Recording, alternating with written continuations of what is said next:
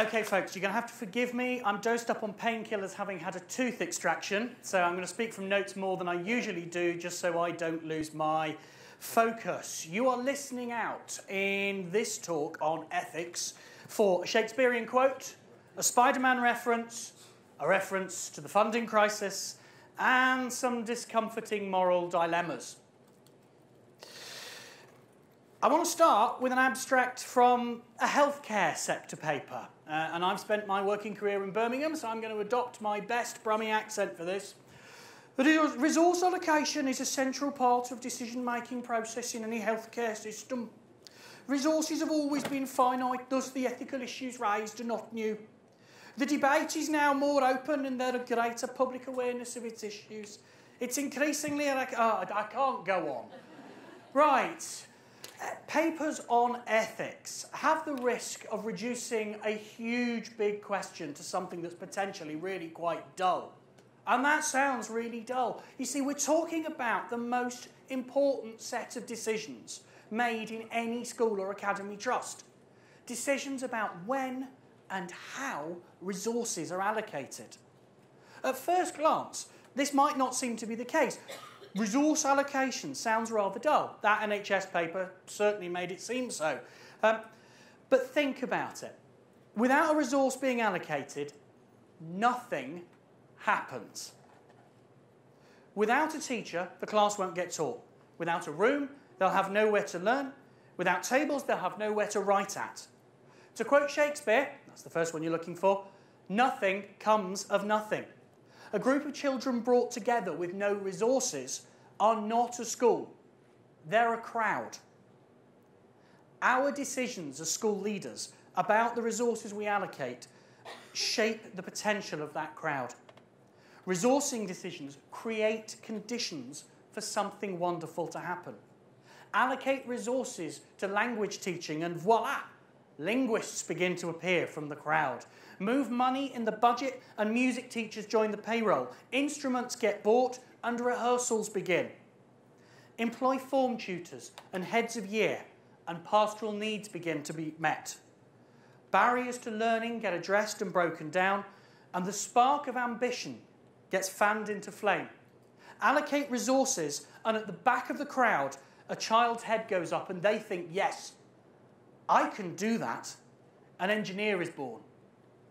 Now, am I being zealous when what we're talking about is budgeting? I don't think so. They're the consequences of allocating resources. You see, we tend to reduce budgeting to a spreadsheet-based exercise. And as chair of the organisation that accredits SRMAs on behalf of the department, we tend to reduce resource allocation to the bare bones of ICFP. But we are here to make the numbers on the page dance. Not so the bottom line balances, not a case of business leader, FD, know thy place. We're called to do so much more than that. Allocating resources, apologies for this, gives us quasi-godlike powers to create something where there was nothing. We're used to the phrase, time equals money. But resource allocation runs the equation backwards. And for the most part in education, money equals time. Teacher time, support staff time. When we set the budget, we can call new departments into being. We determine which courses will be offered. We can even make entire new schools appear. With the resources that we don't allocate to staffing, that's our first a nod towards a notion of choice, we make transport happen. We make textbooks appear. Now, I'm not particularly religious, but having gone down the godlike powers analogy, I'll stick with that language for a moment. How can I put this? The budget is our Bible. It's our guide and our prophecy. But it's one that we write. So ask yourself this question. When you send a budget to the board, when you send it to your directors, is it a technical document, a tick in the box for a job done, or is it an expression of hope? Is it a book of numbers which will call the future into being? And now here's the Spider-Man reference. With much power comes much responsibility. As education leaders, we're under scrutiny like never before. The amounts we spend on salaries, staff training events, etc. are being watched. Our pupil premium strategies are being scrutinised from all angles. Regularly, school finance issues and resource allocation appears in the sector press and the national. It was a decisive feature at the last election. We're accountable for the resources we allocate, what we allocate to and what we don't. Now, there isn't enough money in the system for us to do everything we want, so we have to choose. And not everyone agrees with the choices we make, not even around our own leadership tables or in our own boards of directors. So how do we tell right from wrong? The 7 principles of public life. Can we get them? Do we instinctively know them in a room? Can we name them on our fingers? In your own minds, hold up a finger for every principle of public life you can allocate. You're looking for 7 fingers. Integrity, yep, that's in there. Selflessness. It's not a test, don't worry. Selflessness. School and college leaders should act solely in the interest of children and young people. Integrity. We must avoid placing ourselves under any obligations to any other organisations or people that might try to inappropriately influence us. Objectivity sits in there. We're supposed to take decisions impartially and fairly, using the best evidence. That has implications when allocating resources, because we need to take time to do that reflective piece of decision-making. Very often, because of the constraints upon us, we make decisions on the fly, we go with our gut instinct, and we don't engage with objective, well-thought-out decisions. Accountability. As I said, we are accountable to the public for the decisions we make. We should be open. Openness and transparent is another of the features. Information should not be withheld from scrutiny. Came across a question. I was rung up by Schools Week yesterday about an academy trust who've changed accounting systems and are using that as the basis not to answer an FOI request. Now, they meet their compliance requirement, but actually in terms of the principles for public life, is there a requirement to be more open than that? I don't know. If they feature the story in Schools Week when it comes out tomorrow, have a look and you decide. We should also demonstrate leadership. We should be exhibiting these principles in our own behaviours. We should role model and robustly promote the principles of public life. Now, there's a real push to adapt and embed these values into schools. Something called the Ethical Leadership Commission was established by ASCL and a number of other leading organisations to consider the issue of ethics, and it recommended a framework for having difficult moral conversations. Now, if you want to know, is there a Bible that will tell you what is right and what is wrong in any given circumstance? The Ethical Leadership Commission is not that. The law tells you what is right and wrong. Except when we pause, it doesn't, because we have to have statute law and case law. So even the written law of the land, codified and set down by Parliament, has to be interpreted by judges and by juries to determine what is right. However, leading educational organisations, including the Institute of School Business Leadership, are firmly of the view that we need to be having these conversations. Now, I unfairly derided the NHS at the start of this exhortation to think ethically. But actually, the NHS are really good at thinking through ethics. Ethical training is built into nursing and doctors' training as part of their core formation professionally. Because the issues are not always easy. We can't always tell right from wrong. So, we've got 10 minutes left.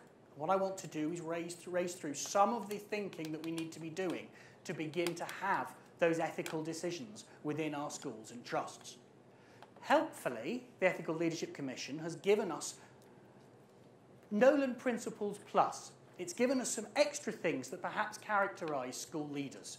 And it's given us the following concepts: trust, wisdom, kindness, justice, service, courage, and optimism. Now, I don't know about you, but those are the words that I probably want said about me in my obituary. I want it said of me that I was someone who could be trusted, that on occasion I demonstrated wisdom, that all the time I was kind. I want to be someone who was just. I want to seek to level the playing field. I want to be the school's biggest pupil premium champion. Why?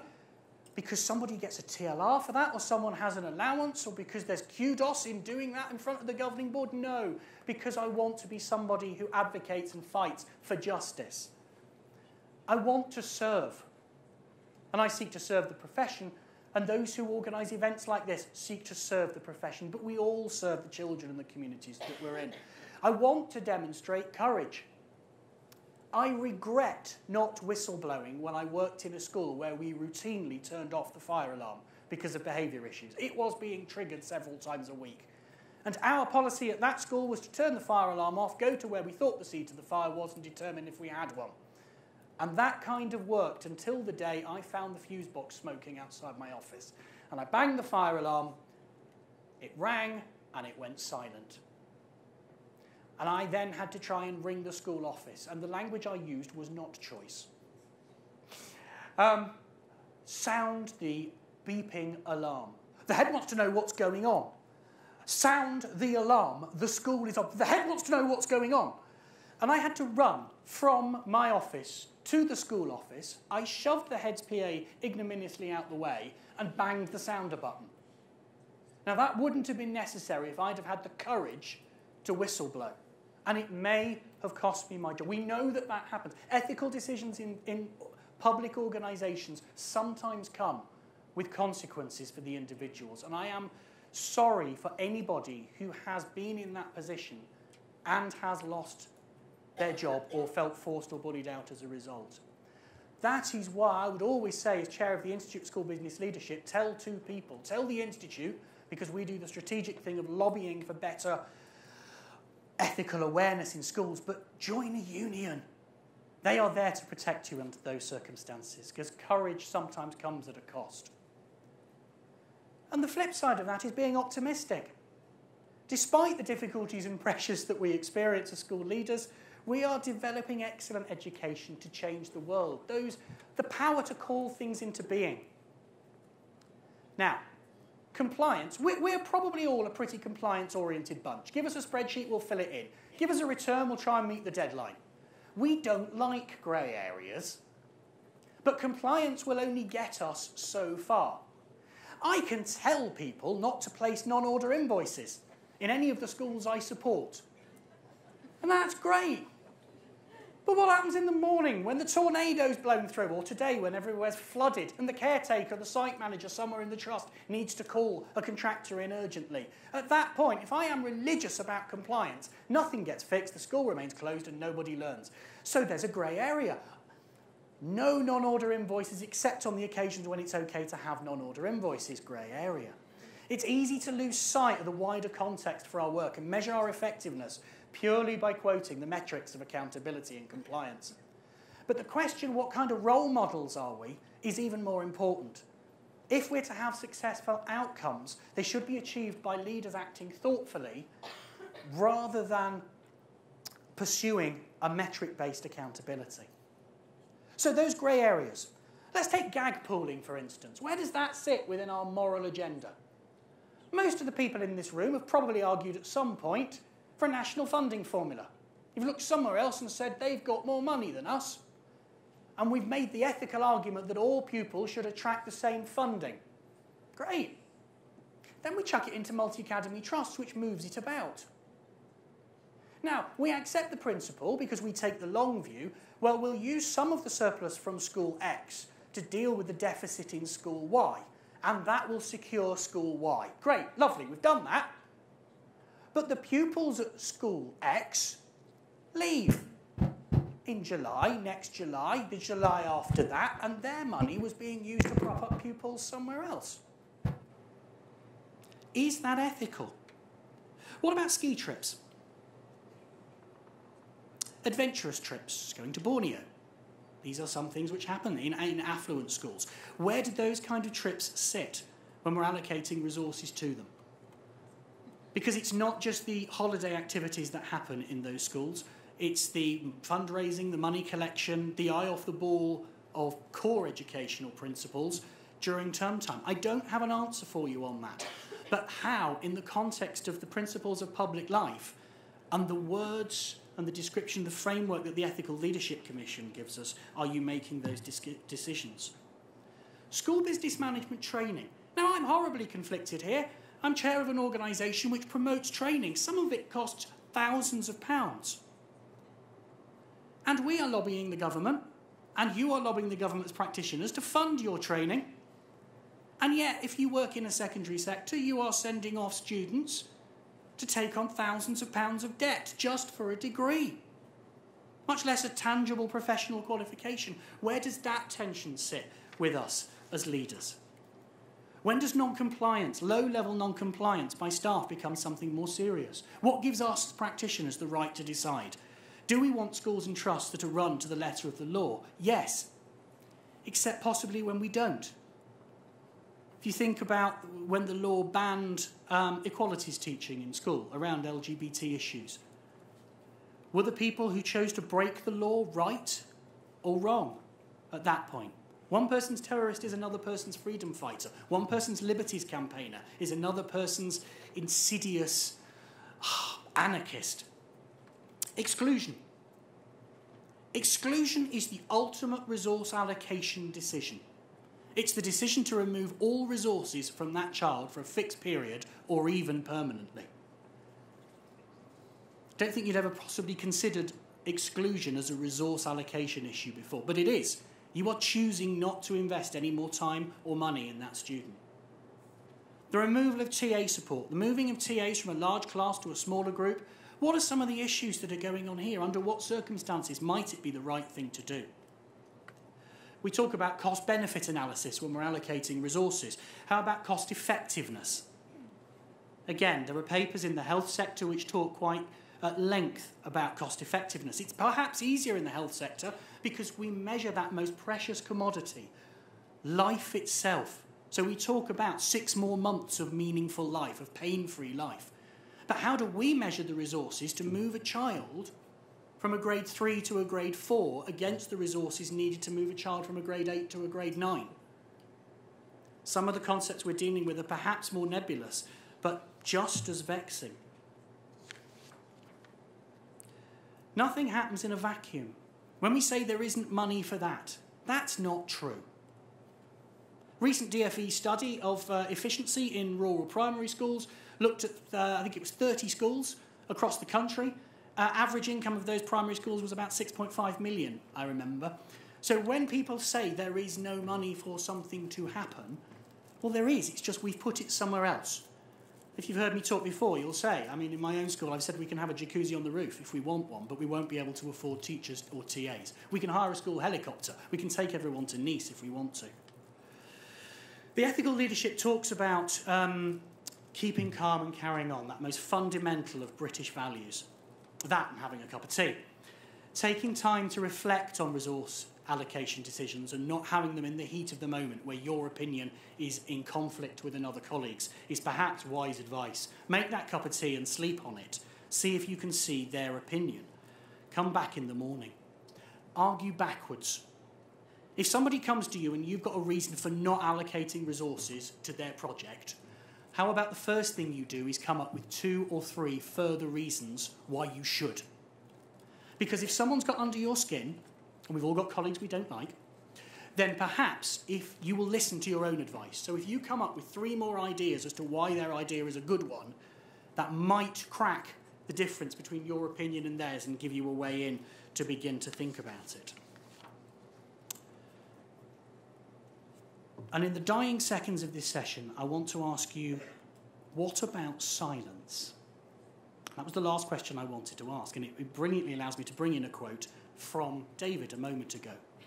Don't ask questions unless you're prepared to live with the answer. We're happy to discuss where we're putting pupil premium, but not whether we should always put the business manager's role into every funding restructure in a school. Oh, that's not me. I've parcelled myself off. We're looking at TAs here. Is that an ethical position? What are the questions we're not asking ourselves because they're too difficult to ask about allocating resources? You have the ability to call new schools into being, to create new curriculum, and to deliver an amazing education.